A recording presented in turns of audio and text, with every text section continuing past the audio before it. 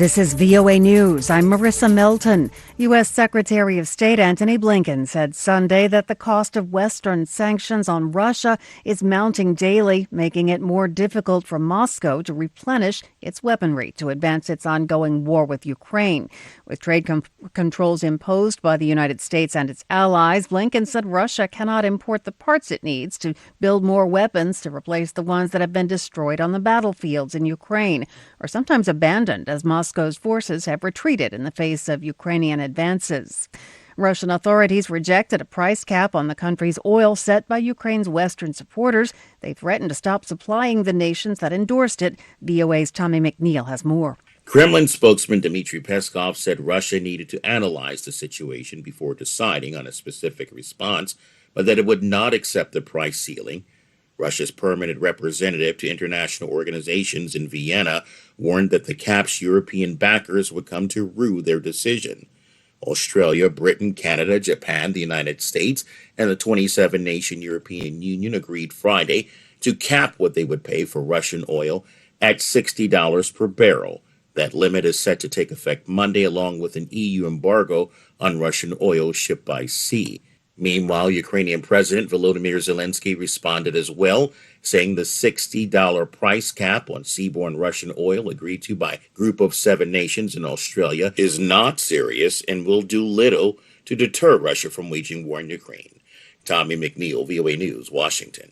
Colombian President Gustavo Petro said Saturday the ELN rebel group has agreed to allow a displaced indigenous community to return to its lands in the west of the nation. It was the first significant achievement in 12 days of peace talks. This is VOA News.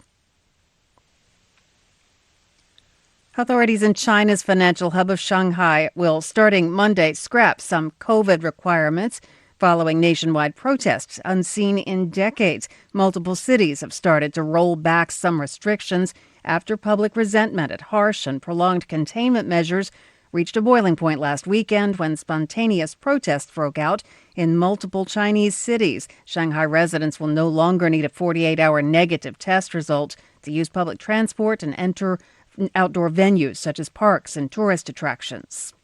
The Pentagon chief says he wants to keep the U.S. military's COVID-19 vaccine mandate in place to protect the health of the troops. AP correspondent Jackie Quinn. Defense Secretary Lloyd Austin's making it clear he supports a continuation of mandatory COVID vaccines for military personnel. He tells reporters we lost 1 million people in this country to the virus and hundreds in the Defense Department. More than 20 Republican governors sent a letter to President Biden asking the administration remove the mandate, which they say hurts the National Guard's ability to recruit troops. Congress may consider legislation this coming week to end mandates as part of the defense budget process. Jackie Quinn, Washington. The leaders are determined to establish a regional force that will intervene in the event of need, whether this is against terrorism or to restore constitutional order in member countries. The voice of Omar Alou-Touré, the president of the Economic Commission for West African States, or ECOWAS.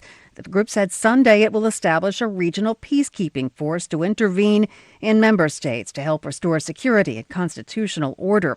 West and Central Africa has made strides in the past decades to shed its reputation as a troubled region, but ECOWAS wants to do more to boost constitutional government in its member states. ECOWAS defense chiefs are expected to meet next month to hash out details.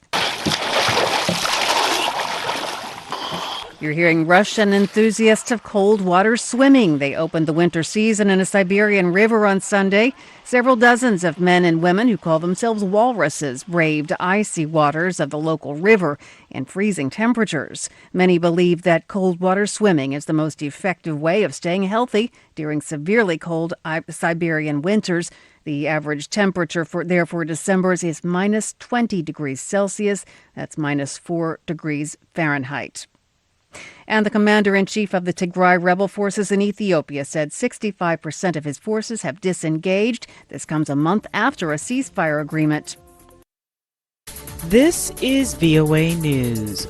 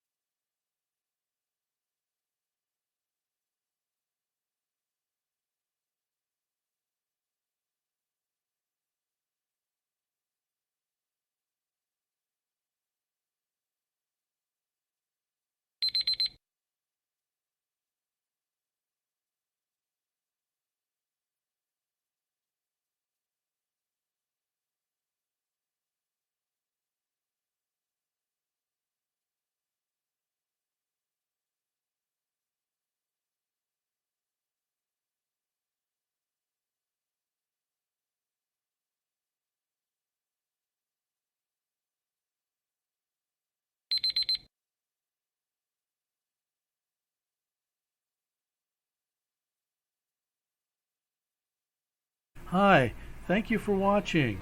I hope the videos are useful for you.